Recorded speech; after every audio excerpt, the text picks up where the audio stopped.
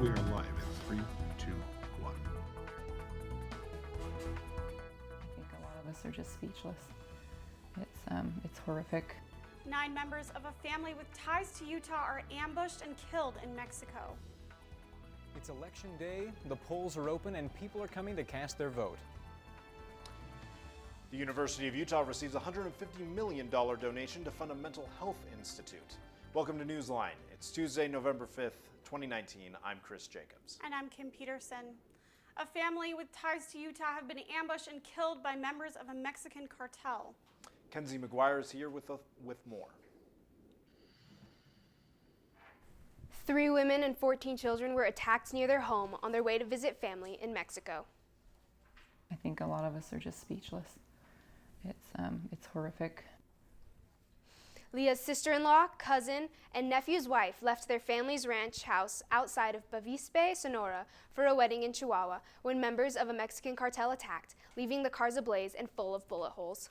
My sister could actually see the smoke from her house, and they heard the gunshots. It took a good hour or so to get the information that they were actually in it, the 4 children, and that they were all dead. Family members posted this video on Facebook showing the remains of the vehicle. Investigators believe the attack is a case of mistaken identity. We just can't believe that this actually happened to our family.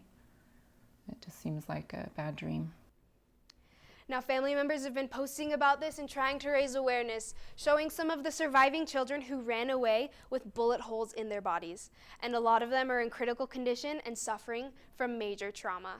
And luckily, videos like this of the exploding vehicle and of the children is bringing a lot of attention. And people like Priscilla are saying, "I am so shocked and terribly outraged about what happened yesterday. My deepest condolences for your family." And President Trump even posted about this, saying that the wonderful family and friends from Utah who got caught between 2 vicious drug cartels are in his thoughts. And he is willing to offer any help that he possibly can to find whoever did this. And Sonora's governor has vowed to find the people responsible and hold them accountable. Well, today is election day, and that means Utahns everywhere get a chance to cast their votes for some close-to-home issues. NewsLine reporter Joseph Carson is live at the polls here in Provo. Joseph, what is on the ballot today? Well, Kim, in Provo, today's election is all about 2 things: the empty city council seats and the Provo school bond. There are city council seats opening up in District 1, District 3, District 4, and 1 citywide seat, so 4 total. The biggest differences among candidates come from their views on what should be done to develop some of Provo's more rural areas. Also on the ballot is the Provo school bond.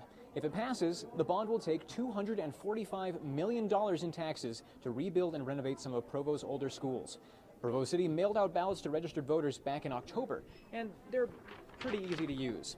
You just fill out the form and sign the envelope. If you were planning on mailing in your ballot, though, it's too late. Mail-in ballots should have been postmarked by yesterday. But don't worry, there's still other ways you can vote. If you've already got a ballot filled out, you can drop it in one of the ballot drop boxes around Provo, like at the library or the city offices, or right here at the Provo Rec Center.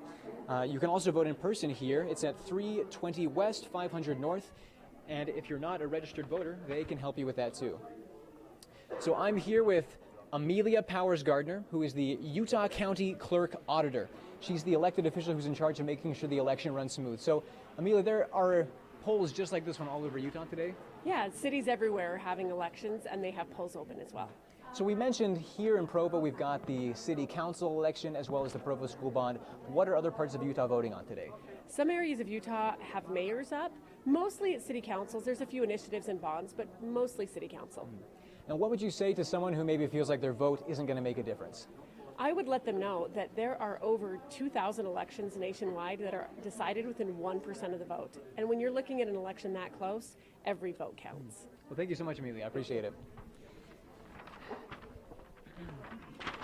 When you go to vote today, don't forget to bring a current ID and proof of address, and make sure that you either drop your ballot in the box.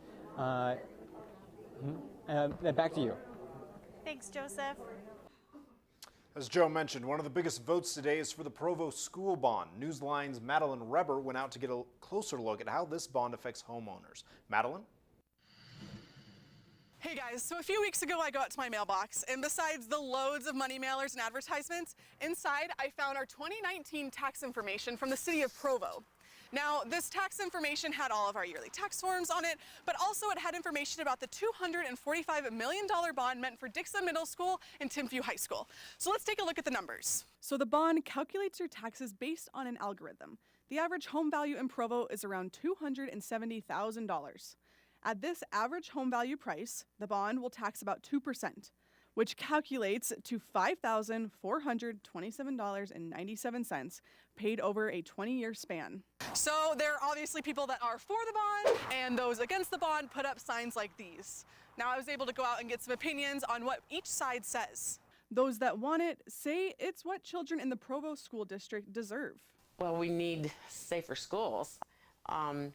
So many of them are old and they're not up to code.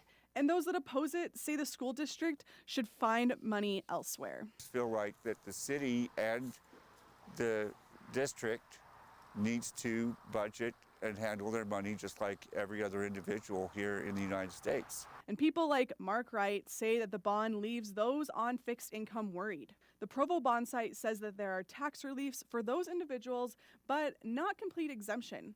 This is the second school bond in just 5 years. The Provo School District says they need to fix Dixon and Timpview to avoid further damage from simple patchwork. Reporting for NewsLine in Provo, I'm Madeline Reber. Most Americans apparently don't like Senator Mitt Romney. The results are according to a new poll from NBC News and the Wall Street Journal. Only 18% of Americans say they have a favorable view of the Utah Republican, and among the group, a mere 2% say they have a very positive view of Senator Romney, while the other 16% say they have a somewhat positive view of him. Romney's favorability was 43% in 2012. 3 people are being treated at a hospital after police smashed out a basement window to rescue them from their burning home. Crews were called to the home in Arroy early this morning around 1:30. Investigators say the fire started between a carport and the attic of the home. Several police officers helped 2 people escape from the basement before firefighters arrived on the scene. The officers are being treated for smoke inhalation. An Emery County deputy passed away unexpectedly early Monday morning. 51-year-old Jeff Weber worked with the Emery County Sheriff's Office since 1991. Weber was battling a combination of ongoing medical conditions and a short illness. He was known for having a keen knowledge of the law and willingness to serve and protect the citizens of Emery County for the last 28 years. The Emery County Sheriff's Office will post funeral details once arrangements have been finalized. The Iron County Sheriff's Office is offering a $2,000 reward for information leading to the people responsible for the death of 4 cows. 3 of the cows were found dead in northeastern Iron County and the other in western Iron County. The reward is a joint effort between the Utah Farm Bureau and the Utah Department of Agriculture. If you have any information, call the Iron County Sheriff's Office at 435-867-7500. Governor Gary Herbert asks President Trump to allow Utah to accept more refugees for resettlement. This comes in response to the president's executive order limiting the number of refugees entering the country.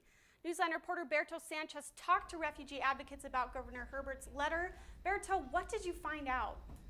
The number of refugees allowed into the United States has dramatically decreased under the current administration, and it's creating an economic concern in our state. According to the Utah Department of Health, there are approximately 50,000 refugees living in Utah. Refugees come from different parts of the world, fleeing their home countries due to conflicts. I came with my family, my husband and my daughter, a few years ago, 7 years ago, 2012. We came as a refugee. Mitra Hassai left her home country of Iran due to persecution. She's now youth coordinator for Catholic Community Services. We leave our country because of religion. There are 2 resettlement agencies in Utah helping thousands of refugees each year. Their main goal is to provide aid to this community by teaching them self-sufficiency. Refugees pay billions of dollars in taxes, and they contribute to our economy, and they open businesses. The low number of refugees entering is becoming a concern not only for refugee advocates, but local authorities as well. We already have seen the effect of the lower refugee numbers that are coming to Utah the last couple of years, and we have seen businesses don't have the manpower that they need to do their businesses. Governor Herbert sent a letter of concern to President Trump saying, "I encourage you to allow us to accept more international refugees in Utah. They become productive employees and responsible citizens. I think it's really great to see our governor always stepping up and taking a leadership role in saying that Utah is a place to welcome refugees. Governor Herbert recognizes the logical limit of refugees entering the U.S., but he also says Utah has the capacity and public will to resettle and integrate at least as many refugees as we have in the past. Reporting for NewsLine, Humberto Sanchez. Now that the sun is going down earlier, the Utah Division of Wildlife and Resources is warning drivers to be alert for wildlife on the road. Animals are moving at dusk for seasonal migration, so roads can get dangerous. Utah DWR is encouraging drivers to buckle up, drive slowly, and stay attentive when driving by wildlife crossing signs. And the bike lanes are open for business on Provo's Cougar Boulevard. Bella Erickson went yesterday to the grand opening. At the corner of University Avenue and newly christened Cougar Boulevard, the city unveiled an updated bike lane. During the event, bike enthusiasts and city officials gathered to hear Mayor Michelle Kafusi explain what sets this bike lane apart from so many others. So this bike lane is completely designated. So what it does is it has a divider with a planter going down the middle, which will cause extreme beautification for this road because it used to just be an asphalt through. Now there will be plants and trees, and there's safety. People can bring their children on the bikes and they'll feel safe because it carries you all the way from BYU's entrance all the way down to 5th West. Mayor Kafusi addressed the fact that 18% of Provo residents bike or walk to get around.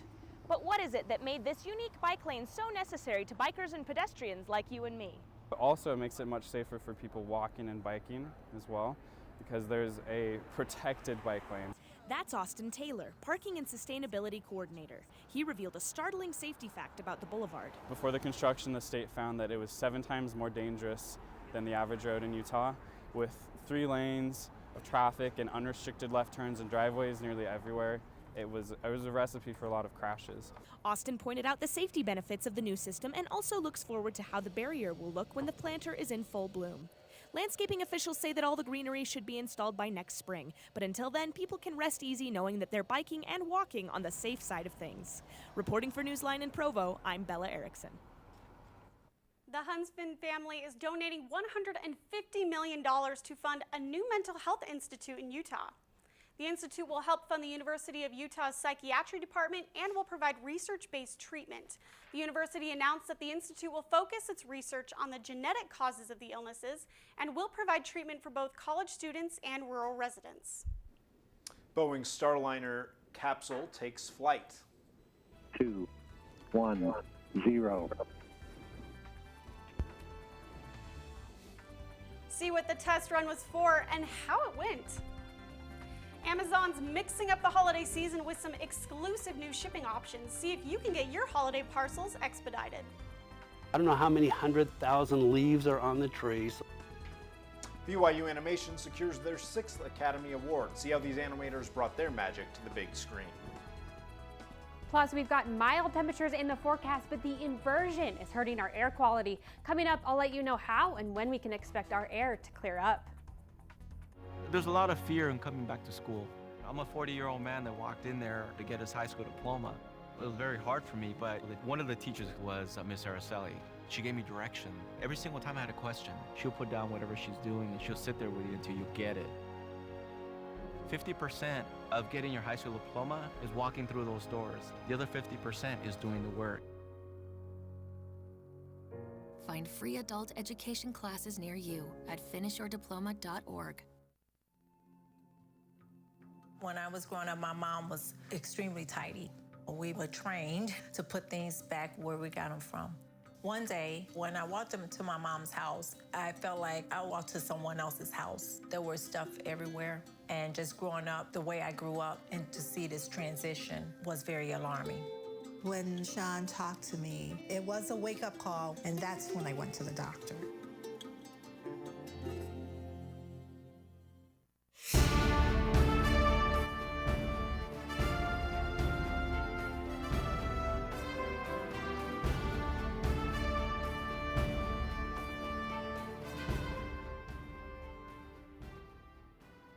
Federal officials arrest a man accused of plotting to attack a synagogue in Colorado.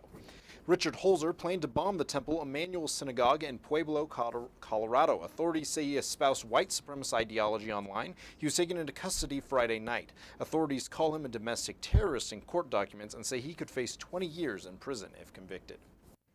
Boeing's Starliner capsule launches a key test before its first astronaut flight. 2, 1, 0. The emergency abort test was a success with 2 of the 3 parachutes deployed. It's one of the last milestones Boeing needs before the spacecraft can be cleared to start flying people. In its demonstration flight next month, the Starliner vehicle will fly into orbit without people and then return to Earth. Amazon Prime will have fast and free delivery options for Prime users in the U.S. this holiday season. More than 10 million items are available for free next-day delivery, including popular holiday gifts such as toys, games, and electronics. Customers can still choose to have their orders delivered to self-service hub lockers, though. There's also an option to pick up Amazon packages at partner locations such as Rite Aid, GNC, and some independent pharmacies. Got PB&J? The University of Alaska at Anchorage wants you to pay off your parking tickets with it. The program is called Food for Fines, and it allows people with unpaid parking fines to pay them off with peanut butter and jelly. The donated food goes to the school's emergency food supply, which helps students who are coping with hunger. Students can get a $10 credit for donating 2 16-ounce jars of peanut butter or jelly. 5 of them cover a $60 ticket. BYU's Center for Animation has done it again. They've won their 6th Academy Award for their short film, Grendel. The film was able to stand out among the other 16,000 entries. It's a twist on the story of Beowulf. Everybody's heard of Beowulf, and Beowulf has this dragon-like critter named Grendel. Grendel is kind of a dragon creature, but he likes to have his cup of tea and sit on his couch and watch the sun set. This is from Grendel's point of view. He's really just this nice guy. All about kind of being that nice neighbor. Like, hey, everyone likes cookies. Who doesn't like cookies? The reason why we chose this project was because of its scale. Put fire and smoke in an ocean and water and cloth and fur and hair. So let's do everything hard that we possibly could do, and then also find time to polish it. All these different things going on. So Grendel is the hardest film we've ever made. Finally finished the film after a year and a half. You submit them to the Motion Picture Academy. And then 2 months later, you find out if you're a finalist or not. And then you wait a little while longer. I got this call and they're like, this is the Student Academy people. There's a really big issue with your film. It's won an Academy Award. I was like, what? I was so happy that we could win this award because it's another great way for us to kind of look back and be really happy and feel no regrets for how hard we worked. When you win, the floodgates open in terms of the interest in the students in the program. If you'd like to watch the Student Academy Award short film, you can visit animation.byu.edu. Even when the temperature drops, your heart rate doesn't have to. And while it's nice to stay wrapped up in blankets on your couch, it's still important to exercise. Newsline reporter Juliet Favero tells us about a fun way people can consistently exercise this holiday season. Juliet? The BYU Student Wellness Center is putting on the Lazy Ironman Triathlon, in which participants can spread out the normal triathlon events all throughout the month of November. Because Lazy Ironmans are definitely more my speed. Participants of the Lazy Ironman race have the entire month of November to run 26.6 miles, bike 112 miles, and swim 2.4 miles. I really like how it's going to be a month-long thing. I can take my time with it. The athletes are given a tally card to track their progress, and a t-shirt and the satisfaction of victory await those who finish at the end of the month. If the weather gets too cold, you can also count miles run on treadmills, ellipticals, and stationary bikes. You can run in the indoor track at the Smith Field House. And also the facilities that you have at the Smith Field House are good for indoor biking, just a stationary bike, when it's too icy to be out on the roads. And swimming, good luck. Consistency is key. The BYU Wellness Center advises participants to try to do a little bit each day as the event intends, and not just in the last few days of the month. I think it's a really good idea for people who are wanting to be more involved and be more active, and they'll discover what they're good at, what they most enjoy about triathlon, which are the 3 events, and then they're motivated to keep trying instead of doing it all at once, where it might be a little bit daunting or a little bit unapproachable just because it's so much. Registration for the Lazy Ironman ends today. So if you're looking to do a triathlon that's fit for a superhero just a little bit at a time, sign up today at eventtickets.byu.edu. Back to you. Thanks, Juliet.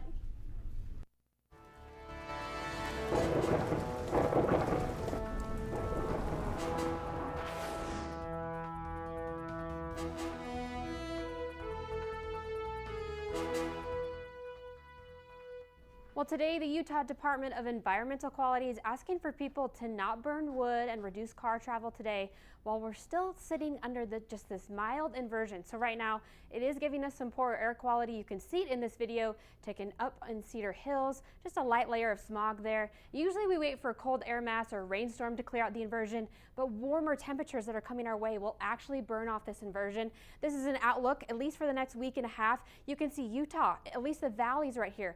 Good possibility for very warm temperatures. We're not looking at 80s, maybe upper 60s, 70s, but this should really help burn off that inversion. Now, along with the temperature, our precipitation, though, is going to be less than normal. You can see this is also for about the next week and a half. We don't have a lot of rain or snow coming our way, so it's going to be dry and it's going to be warm, at least as we lead up into Thanksgiving weekend.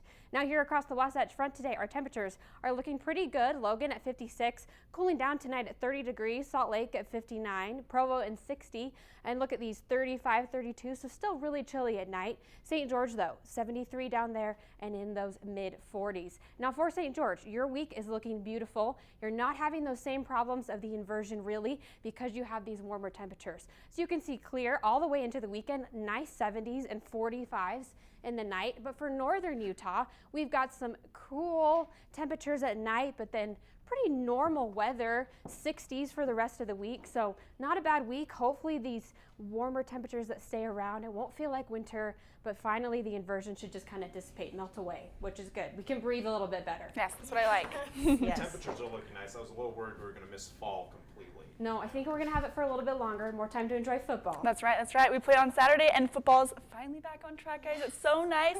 But BYU football is still soaking in their big win over Utah State. But who will start as quarterback this week?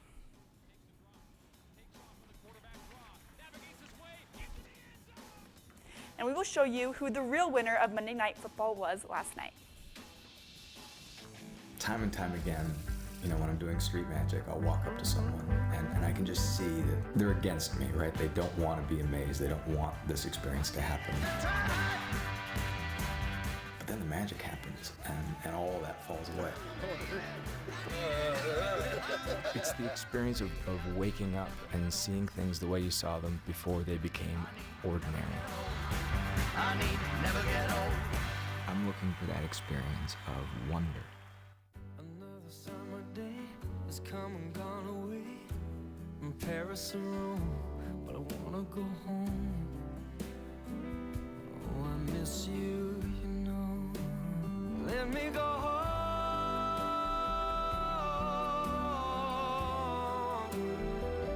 It'll all be alright. I'll be home tonight. I'm coming back home.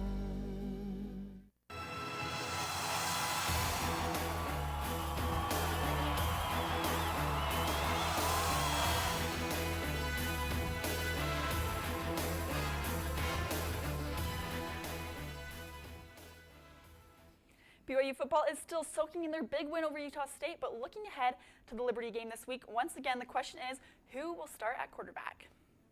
No, I'm not at this moment, no. Still day to day, so pretty much, yeah, we'll find out day to day. So as you can see, Coach Sataki doesn't have much to say on the quarterback situation this week, but when the depth chart was released for this coming Saturday, Zach Wilson, Jaron Hall, and Baylor Romney were all listed atop the depth chart. Zach Wilson is getting close to getting back from his thumb surgery, and Jaron Hall sustained another head injury on Saturday, while Baylor Romney would be healthy and ready to go. BYU men's golf is in Pebble Beach, California, playing in the St. Mary's Invitational and finished their first day in second place after shooting an 8 under 276. Peter Quest and Kelton Hirsch both finished the first round in the top 10 for the Cougars. BYU enters today's play at 9 strokes behind the leader, Colorado State.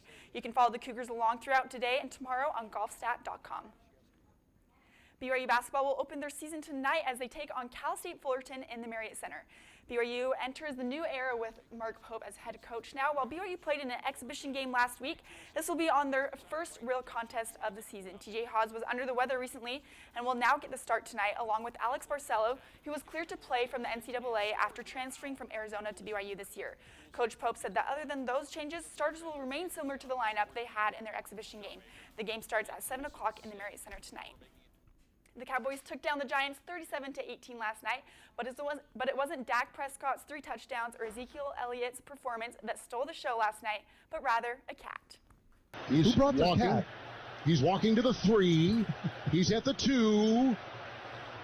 And the cat is in the CDW red zone. CDW, people who get it now, a policeman, a state trooper has come on the field, and the cat runs into the end zone. That is a touchdown.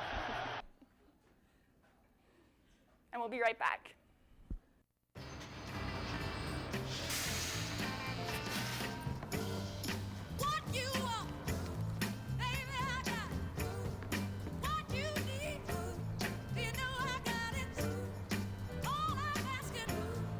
Excuse me, ma'am. Would you like to have my seat?